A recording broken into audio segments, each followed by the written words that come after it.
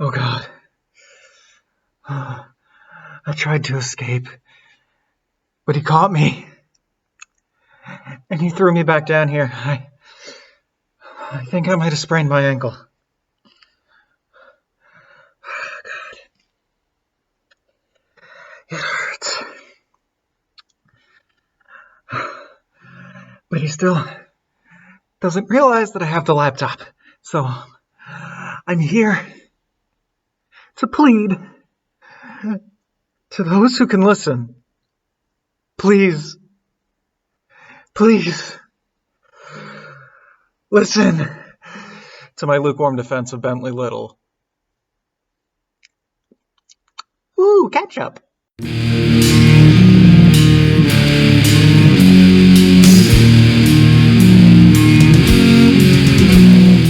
Last week, we discussed Little's short story, The Mailman, and how he's able to effectively build up tension and make you question the main character's motives and sanity in a relatively mundane, everyday setting.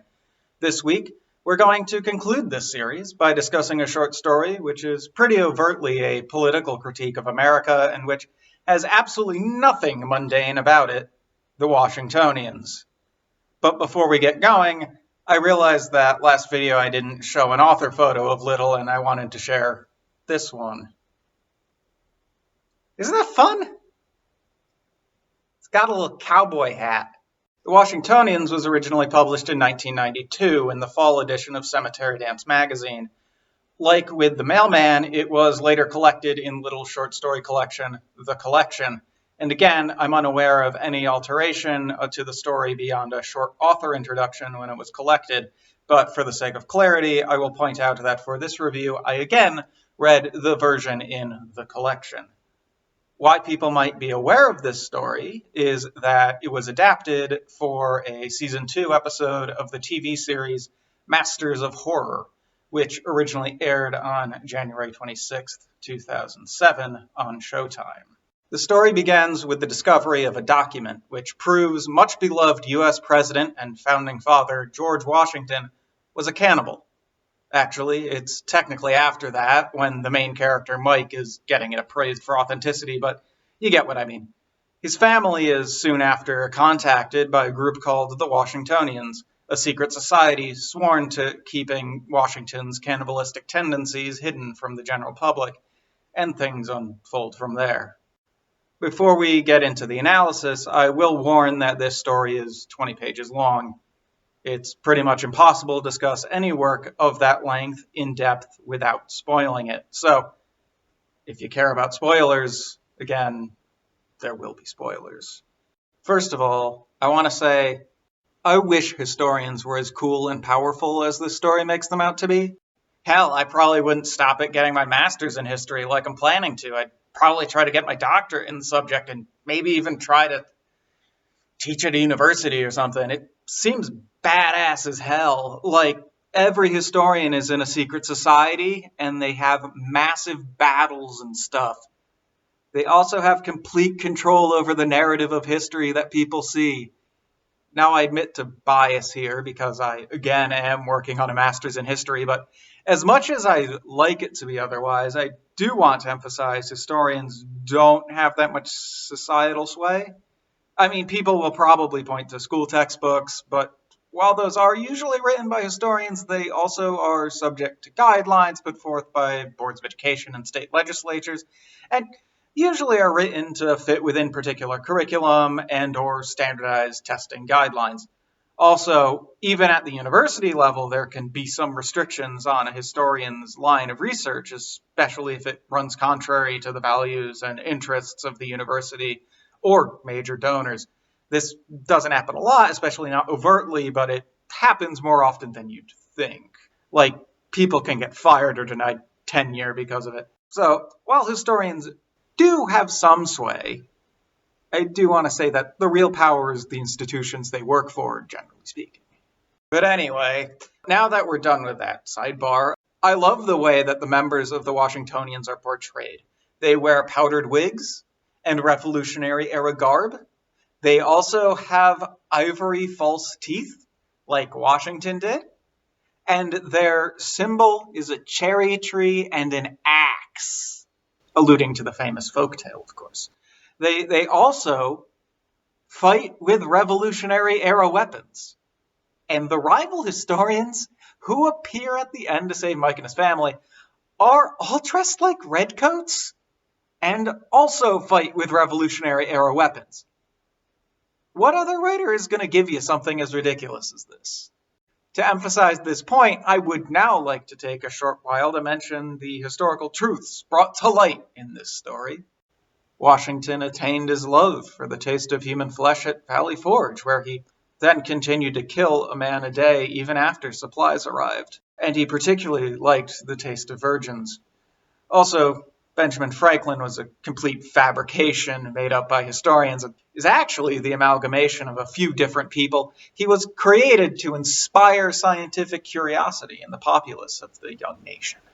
However, even among all this weirdness, Little is able to build tension very effectively. When the Washingtonians first knock on Mike's door, there is an entire page out of the 20 total dedicated just to the family's reaction, and it's anxiety-inducing.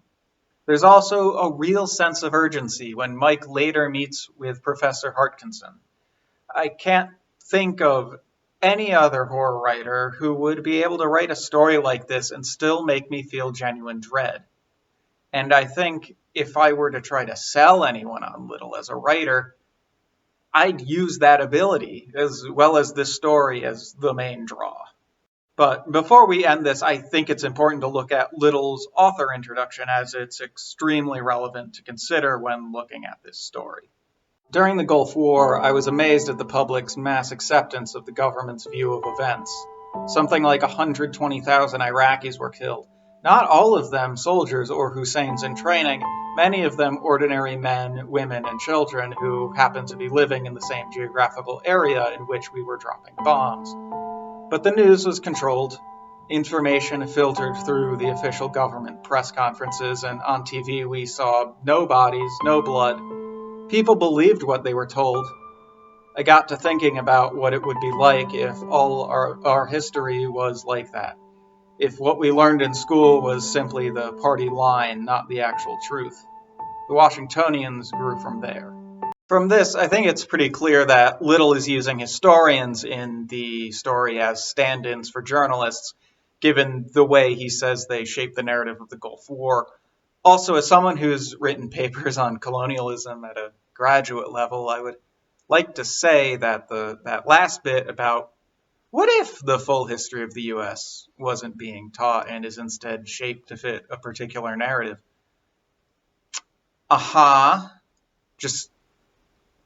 Just take that thought, take it a step further, Bentley. Just a step further, because you're really close. Really close. There's this concept in collective memory studies called kitsch. Most of you have probably heard this term used before in relation to art, where it's usually used to refer to art that prioritizes popular tastes rather than quote-unquote high art tastes. However, most people probably just think of cheap souvenirs you get at tourist traps, or at least that's what immediately comes to my mind. In collective memory studies, however, it's referring to the kitsching of people or historical events. As the South African archivist and anti-apartheid activist Vern Harris explains it. This is engagement with the past which relies on a seamless meta-narrative, discourages questioning, avoids complexity, excludes counter-narratives, selects bits that serve immediate purposes, and draws opportunistic moral lessons from the engagement. Harris was using this term to refer to how South Africans were stripping Nelson Mandela, someone Harris knew personally, of his nuanced personhood, but I think it's very relevant to how we in the United States are taught about the Founding Fathers, and in particular, George Washington.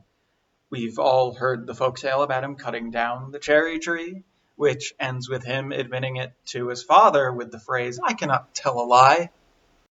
We're told of how resilient he and his men were during the winter in Valley Forge and how heroic they were. And the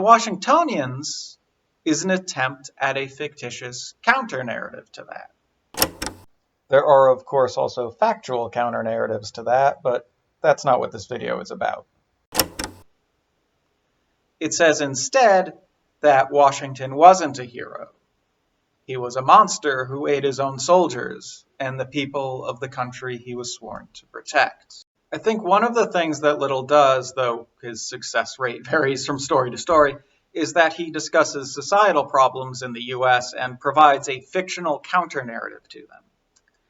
And I can't think of any other writer of his generation that does stuff like that. Hell, I can't really think of any horror writers that do that now. Although, if you do know of any, please recommend them to me in the comments.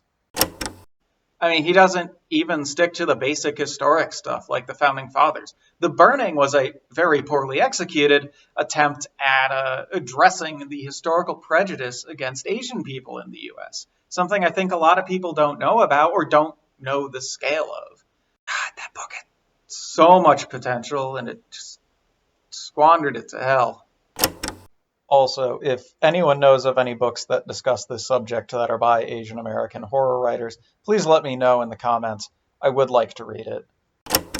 This is all to say that I think, in his own weird way, Little attempts in many of his stories to de-kitsch various parts of American history and of American society, the Store being another great example of this. He's trying to make people question the narratives they've been told, and he tends to do it for subjects which I think need questioning, or at least reevaluation.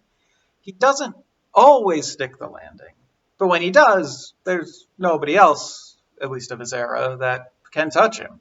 And that's one of the main things that keeps me coming back to him over and over.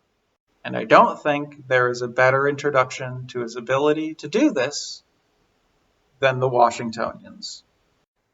Well, that concludes my lukewarm defense of Bentley Little. If you enjoyed this video, remember to like, subscribe, comment, do all that fun stuff. And my name's Will, and this has been Will 2.